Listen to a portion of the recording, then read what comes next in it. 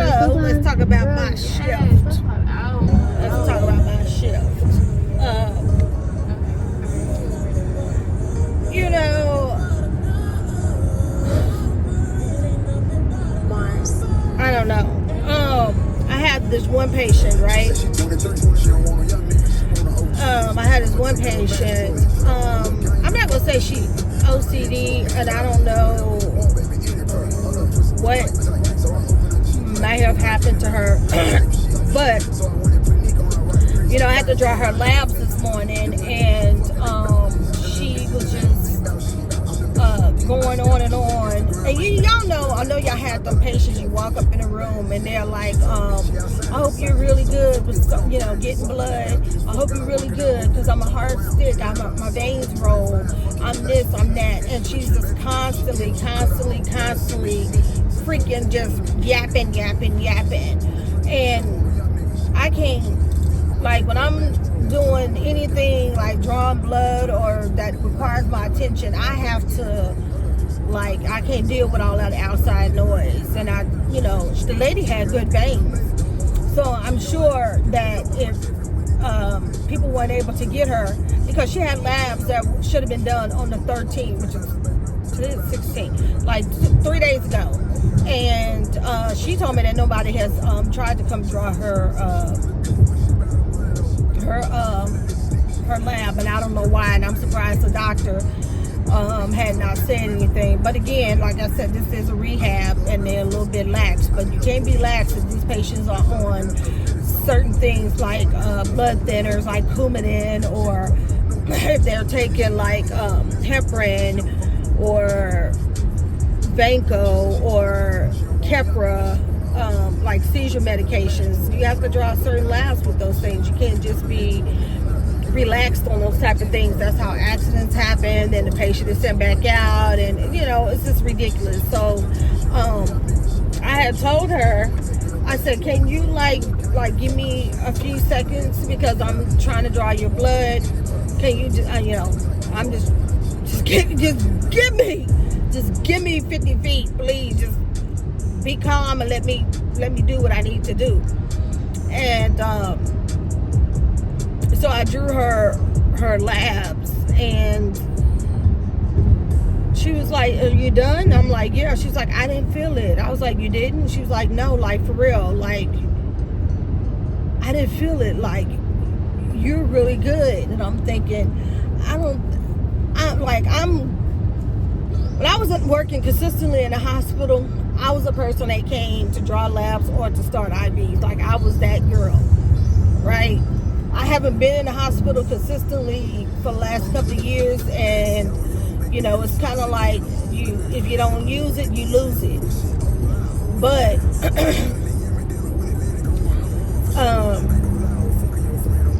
yeah, if you don't use it, you lose it. But with her, you know, like I told her, I said, you have really beautiful veins. Even if they travel, there's a technique with obtaining those veins when they travel. So for me, I mean, everybody else may have something different, but for me, when I know a vein travels, what I do is I kind of rub my finger over the vein to see what direction is going to go when I, you know, stick the vein. And once I've done that, and I know the direction is going to go, I put the tourniquet on, but I don't put the tourniquet directly near or even on top of the vein, which a lot of people do, and that blows the vein. That blows the vein, period. You don't want that much pressure. So what I do, like I said, I put the tourniquet on, but for me, before I put the tourniquet on, it just is something I do, and maybe I want to pick this up. If they are in a hospital, I take the gown, or I take move their gown down so I won't be pinching their skin when I'm doing their IV. I mean, when I'm putting the tourniquet around. So that's what I did with her. And so then when I go in to stick the patient, when you know it's traveling, right? You can do two things. You can like take your fingers and spread the skin apart. That stabilizes the vein a little bit. so that when you going in, it's not going to travel too much. It's going to travel very little, and you can go in just right, not on top, just right on the side of the vein, and you're going to hit it. As you see it, as it's moving, you're going to hit it. That's one way you can do it. If you can't get it that way, the other way is I just stretch the top part of the skin up, or the bottom part. I don't do both, but I just do one or the other. And I go in the direction of the vein. And I'm not on top of the vein when I do stick it, because a lot of people, if the veins are really good, when the patient vein that does not roll, when you stick them, you just go on top of the vein. When a vein is traveling, you do not want to go on top of that vein. You want to go a little to the left of it, if you're left-handed, or to the right if you're right-handed, and you want to go in a slight like curvature of the vein. Stretch it, stick it onto the side, and you're gonna hit it each and every time. Well, I mean, it takes practice, but someone had taught me that trick a long time ago, because I was not good with veins that will travel, and it used to aggravate me, because I hate to have to stick a patient several times. And some people don't have a problem sticking people several times. I don't. Now, if you're getting your experience, you may want to deal with that. And even then, you shouldn't be doing it. It's supposed to be 2 sticks. If you don't get it, you get somebody else to do it. And if they just a hard stick, like I had another patient that we couldn't use her right arm because she's a chemo patient, and she also had a port, so we can't touch anything on that right side. She's very small. Her left arm had been tackled left and right, and then her indentation in her forearm was very, very, very deep. And when I tried to straighten her arm out more, look at me showing y'all like I can see it. When I try to straighten her arm out more so I could get a better grasp on her vein, she's just sensitive with every little thing. So I didn't get hers today. So they had the big team that's supposed to come around, and I let them know that they will come around. They have the little machine, the sonogram, and they will be probably that would be her best bet. And I told them just from here on out. I told the family, and I told the house supervisor just have the PIC team to draw her. Of course, she's in rehab. She's not going to get labs done every day, because she was concerned that she's going to have lab draws every day. I'm like, no. Rehab is normally once, maybe twice a week, depending on what medications you on, or how, what's going on. But initially, this is a baseline, so they can have on you. And if they need to make any corrections with your electrolytes or your any type of medications, then they will do that. But it also, certain labs will look and see if their white blood, their white WBC, their white blood cell count, and all those little erythrocytes and RBCs, if her H&H, hemoglobin, hematocrit, see if she's anemic, and all that stuff. They will keep track of that. And if it's fine, then they probably won't draw your lab again, probably, until the following week. Yeah, like next week or something like that. She wasn't on any blood thinners or anything like that, so it is what it is. But here's the thing. So she was a new admission, and I am very, like, when you get admission, it's a 2-person skin check. Normally, depending on the facility, it's 2 RNs, but this facility has now allowed for it to be an RN and LVN to check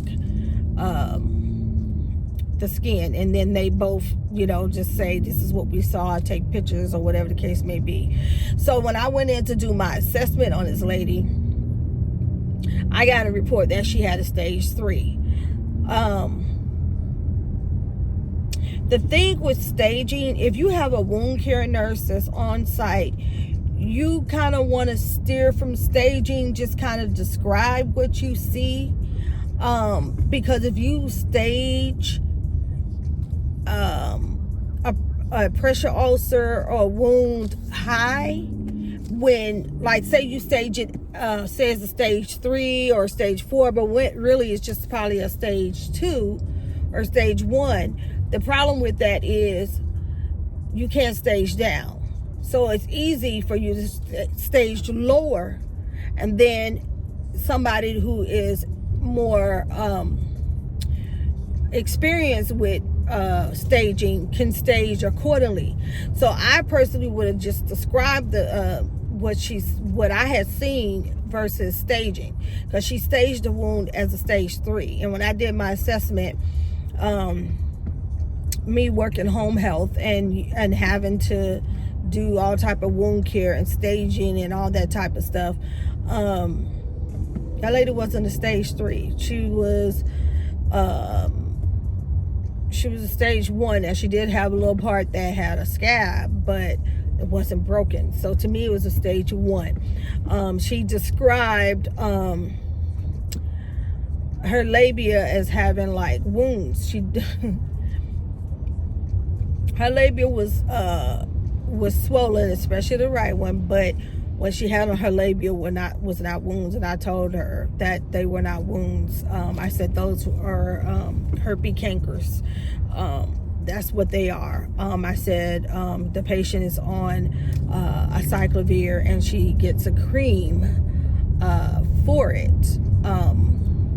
But I mean, I get it, because I've worked in an STD clinic before too, and I learned some stuff with that, and I've seen some stuff with,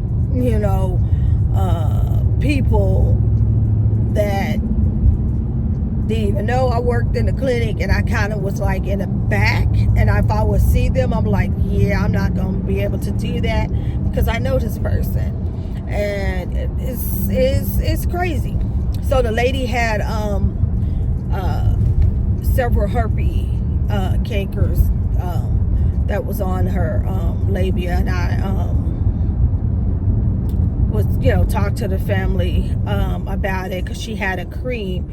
Now generally for me, certain like vaginal creams, I try to have the patients do it themselves. She was a very, very tiny lady. She said she couldn't reach. And, honestly, after I did her assessment, I was like, nah, it's probably better that we do it, because, I had to tell her, please don't touch down there, even though I know it may be uncomfortable, because you can, touch it and not really think about it, and then spread it to other parts of your body. And then, that was just a learning lesson for that person. So, I mean, I don't know, maybe I don't know. When somebody teaches me something, I take a real mental note, especially if it's the first time that I'm seeing something like that. But again, like, baby nurses, or even nurses that don't have experience with staging wounds and pressure ulcers and DTIs and so forth, just describe what you see, and then let the person who that's a wound care nurse actually do the staging. And then even if you don't, let's say you don't have a wound care nurse, which everybody should have a wound care nurse, but I don't know, I can't say what, they may not come every day. I've been in places like they have them in nursing homes. They just have them. I would just describe what I saw versus putting a stage on it, because like I said, you can't stage down if the person that originally staged the wound staged it at a higher level. And like I said, I felt like it was just a stage 1. I put a foam dressing, because she was very tiny, onto her backside. And then in 2 miles, take exit 250 on the right to Louisiana Boulevard. I didn't know that she had asked the nurse aide to apply the Purewick. And so the thing with it, okay, I know when Purewicks were made, and let me explain what a Purewick is, for those that may not know what it is. So a Purewick is some invention somebody made that's like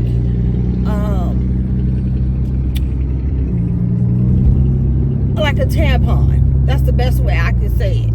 That you put in between their legs and between the labia, and we hook it up to the suction canister, and they can just urinate, and the pee is being sucked into the canister. The problem with that is when you're in rehab, you're supposed to be able to do so many hours of rehab a day. And certain things like a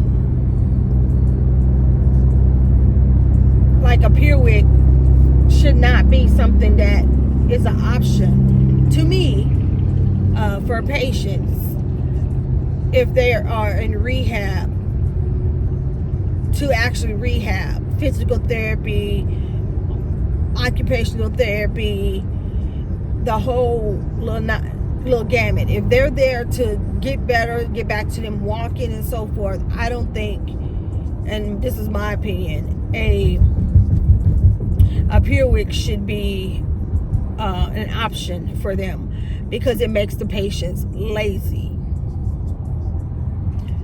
And I see that a lot. They just don't want to get up, and they just rather pee. And I don't understand it. I ain't finna just be peeing on myself all because you don't want to get up. So that is what essentially a Purewick is. But when the way the Purewick works is you pee, like I said before, and the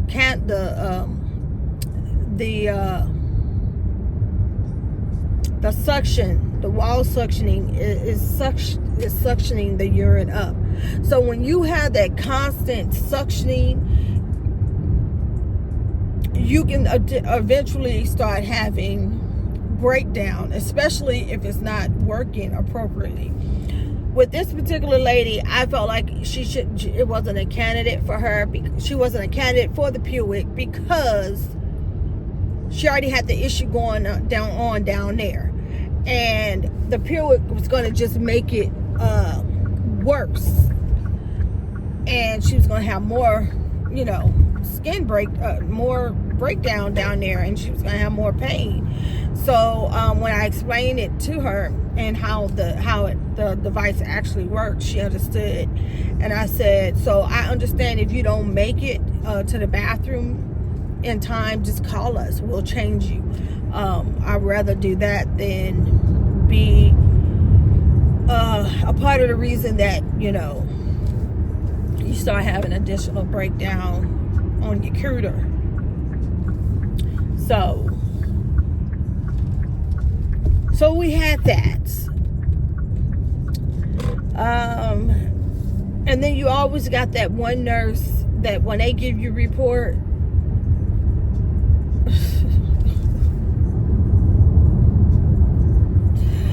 oh my God. Listen, if the report you're giving to a new person who hadn't had that patient, it should go the patient's name,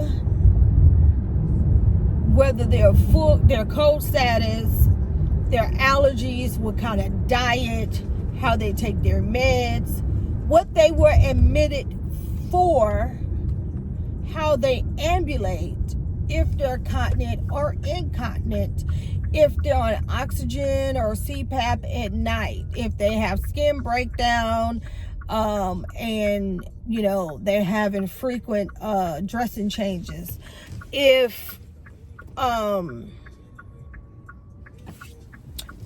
what their history is, and I mean like pertinent history to what they're admitted for. I know some people want a detailed history, but for me, if that history is not pertinent to what's going on now, why do I need to tell you about their history? For instance, if you say a patient has a history of sepsis, but that's been years ago, or CABG, which is an open heart surgery, that's been years ago. What does that have to do with the fact that they're there for deconditioning and they're trying to rehab so they can get stronger and get back to their baseline? But that is what your report should consist of. The report I got is as if I knew these people, gave me the first name, didn't tell me anything as far as if they were coast. Like I had to pull these things out this person, and I don't understand that. Like I don't know these people, so at this point I was just like, okay, let me just ask them what I need, and anything else I'll look up myself. But it's so funny to see that same nurse who comes back the next day, who's had these patients for 2 or maybe 3 days, but they want a thorough assessment. No, I'm not going to give that to you. You had these patients. I'm going to tell you if I gave them something for pain, if their pain is controlled, that type of thing, I'm going to do that. But I'm not going to, hold on, y'all. I'm not going to answer. I'll call you back. I'll call you later. Okay. Yeah, so yeah, I'm not going to do that. But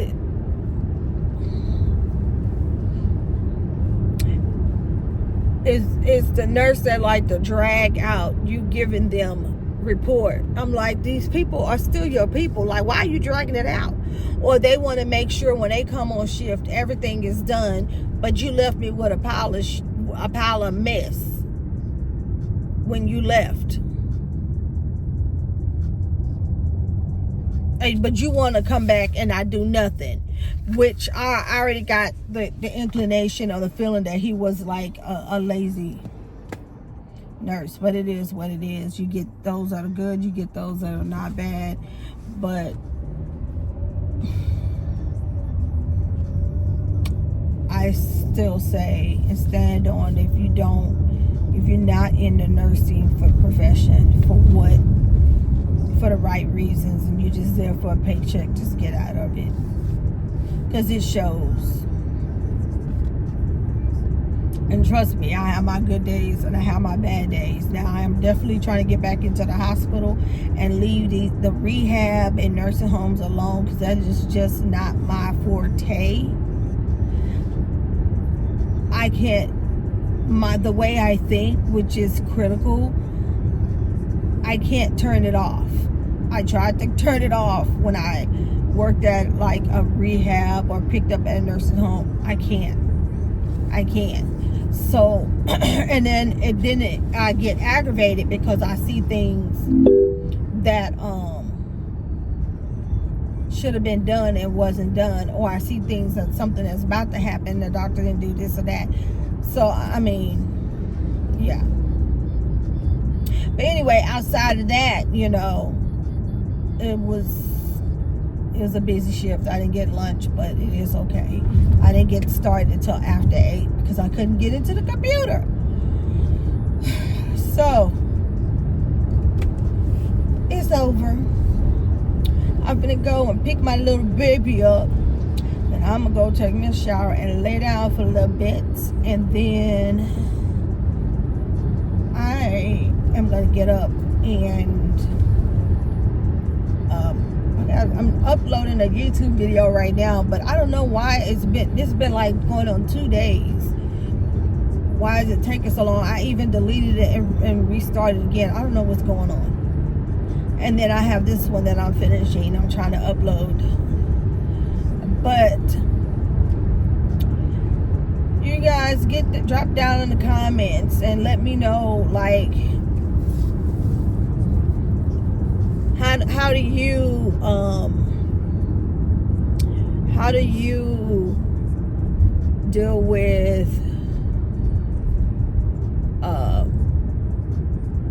nurses that don't give you a full assessment, or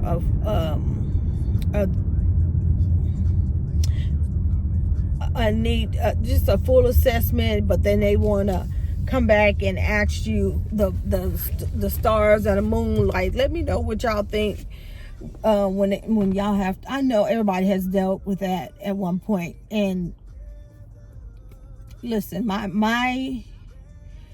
not for everybody. I'm very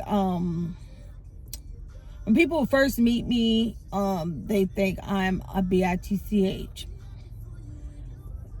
That's just the way I look. I'm very passionate about what I do, and I expect other people to be passionate as well. But I am very much working on channeling my passion when I see things not being done. I'm working on just not addressing a lot of stuff and just doing what I need to do and taking care of the problem, because I'm not going to run myself into the ground. Hopefully in the next year I am off this bedside.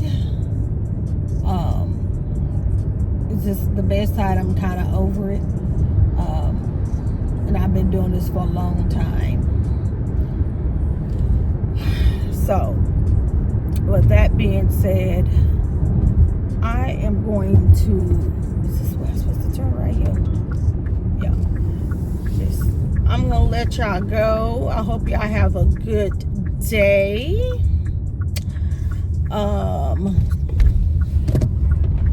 And I will see you guys on the next video. Please, if you like what I'm doing, like, comment, subscribe, become a subscriber. I'm stuck at this 5 people. I'm working on my content. I'm working on my editing. I'm gonna really put in forward to start adding thumbnails. And trying to learn, more about this editing. But other than that, I will talk to you guys later. Y'all have a wonderful day. Until next time, peace.